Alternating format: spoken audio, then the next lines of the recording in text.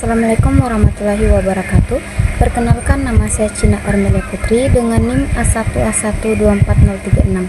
Pada hari ini saya akan mempresentasikan hasil review literatur ekonomi mikro 2 saya yang berjudul Stackelberg Leadership and First Mover at Advantech, a Systematic Review of Theory and Empirical Proof. Kita masuk ke latar belakang penelitian. Di dalam pasar oligopoli, perusahaan tidak berdiri sendiri. Ada yang namanya interdependensi strategis, yang dimana setiap tindakan kita akan berdampak langsung pada kompetitor kita. Selama ini, kita mengenal model Cournot atau Bertrand yang berasumsi bahwa keputusan diambil bersamaan atau simultan. Namun, Hendrik von Stackelberg pada tahun 1934 mendobrak asumsi tersebut dengan memperkenalkan dimensi waktu atau urutan keputusan secara bertahap atau sekuensial. Banyak orang menganggap bahwa menjadi penggerak pertama atau first mover advantage selalu membawa keuntungan mutlak. Padahal kajian-kajian kontemporer menunjukkan keunggulan ini bisa runtuh karena kapabilitas inovatif dari para pengikut atau second mover. Lalu bagaimana keseimbangan kepemimpinan ini terjadi? Secara teoritis, model ini diselesaikan dengan metode induksi mundur atau backward induction untuk mencari titik keseimbangan terbaik atau subgame perfectness equilibrium. Logikanya seperti ini. Perusahaan pemimpin atau leader akan menghitung dan mengantisipasi fungsi reaksi rasional dari pengikut atau followers terlebih dahulu. Berdasarkan draft fungsi permintaan linear dan biaya marginal konstan, kita peroleh fungsi reaksi optimal pengikut. Karena leader sudah mengetahui rumus reaksi si pengikut ini. Sebelum memproduksi, leader memiliki komitmen sepihak yang kredibel untuk memproduksi dalam jumlah optimal lebih besar, sehingga secara konsisten menghasilkan profit yang jauh lebih tinggi daripada pengikutnya. Merujuk pada kerangka teori dari Lieberman dan Montgomery, keunggulan first mover ini sebenarnya ditopeng oleh 3 pilar utama. Yang pertama, kepemimpinan teknologi, yang dimana perusahaan pertama belajar lebih cepat daripada yang lain. Yang kedua, preemption aset langka, yakni penguasaan lokasi strategis atau bahan baku terlebih dahulu. Dan yang ketiga adalah switching cost, biaya peralihan yang membuat konsumen malas berpindah ke produk lain. Namun, menjadi yang pertama itu tidak gratis. Ada risiko besar yang harus ditanggung, seperti biaya edukasi pasar yang sangat mahal, ketidakpastian teknologi baru, serta ancaman tindakan free riding dari kompetitor yang hanya meniru produk kita setelah sukses di pasar. Bedah temuan-temuan empiris dari 15 jurnal. Pada kelompok artikel 1-5, para peneliti menguji batasan-batasan model Stackelberg. Yang pertama, Hinosart pada tahun 2021 menemukan bahwa keunggulan pemimpin ini ternyata sangat sensitif. Deviasi kecil pada asumsi linear murni bisa memicu keputusan yang tidak informatif. Yang kedua, ada Wang et al. Tahun 2019 yang dimana mengkaji kebijakan publik di mana pengenaan pajak spesifik atau unit tax justru menghasilkan kesejahteraan konsumen yang lebih baik dibandingkan pajak dan ad valorem dalam oligopoli asimetris. Yang ketiga ada Fang et al.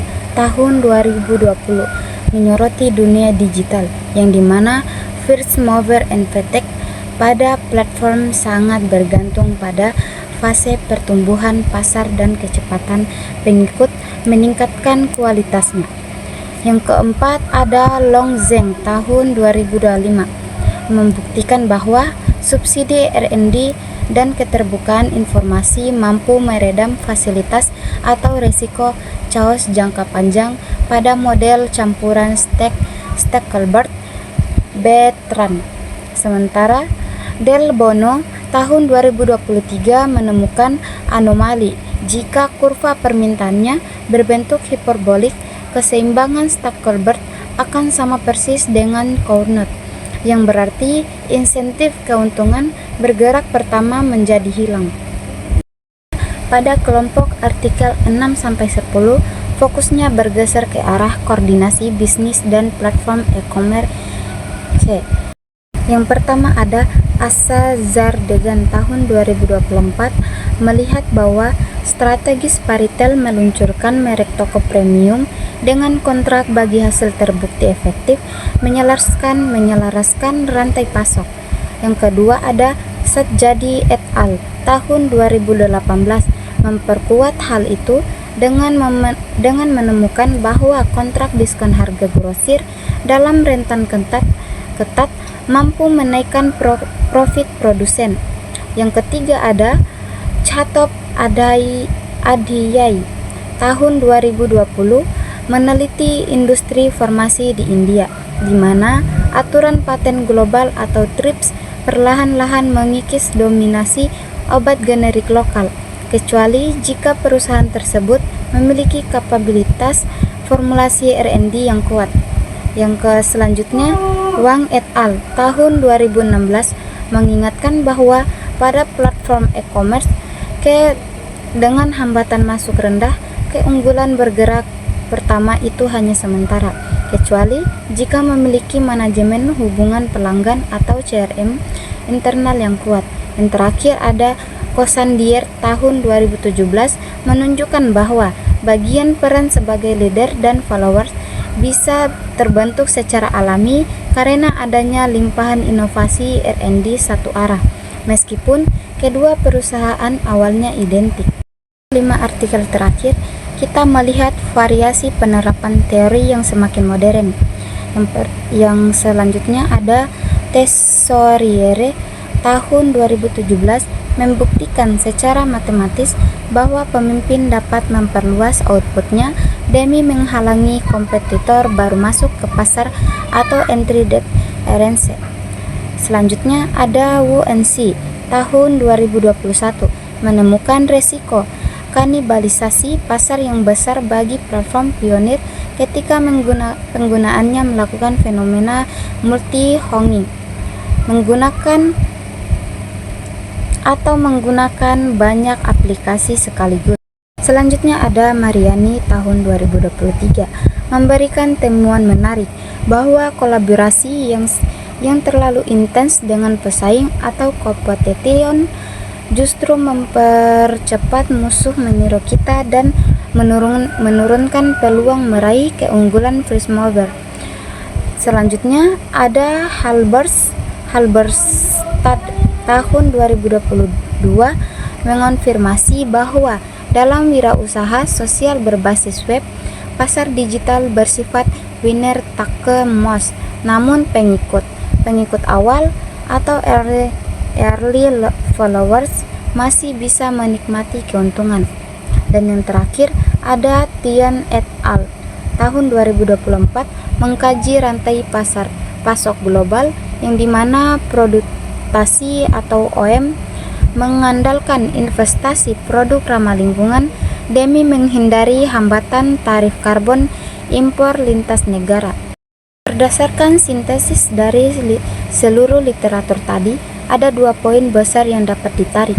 Secara teoritis, keunggulan bergerak pertama bukanlah sesuatu yang kaku atau statis, melainkan sebuah interaksi yang dinamis antara posisi waktu melangkah dengan kapabilitas internal organisasi. Secara implikasi kebijakan, studi-studi ini membuktikan bahwa pemerintah dapat menggunakan instrumen pajak spesifik dan subsidi R&D searah untuk menstabilkan harga pasar sekaligus melindungi kesejahteraan konsumen. Selain itu, regulasi lingkungan seperti tarif karbon internasional terbukti memaksa perusahaan-perusahaan besar dunia untuk mengubah strategi bauran produk mereka. Sebagai kesimpulan, model Stackelberg terbukti memiliki daya tahan teoritis yang luar biasa kuat Meski sudah berusia hampir 9 dekade dan saat ini sukses diperluas karena ekonomi digital dan rantai pasok. Sifat dari keuntungan bergerak pertama ini terbukti bersyarat dan sangat dipengaruhi oleh hukum paten serta efek jaringan industri. Namun, dari draft review ini, saya menemukan sebuah celah riset atau riset gap yang krusial. Masih sangat jarang ada studi empiris berskala besar dengan data panel yang menguji model Stackelberg ini pada industri oligopolistik di negara berkembang Asia Tenggara, terutama di Indonesia. Oleh karena itu, penelitian ke depan berpeluang besar mengeksplorasi perilaku pelaku pasar dominan di Indonesia seperti sektor industri semen, telekomunikasi, atau perbankan dengan memasukkan variabel wilayah dan struktural.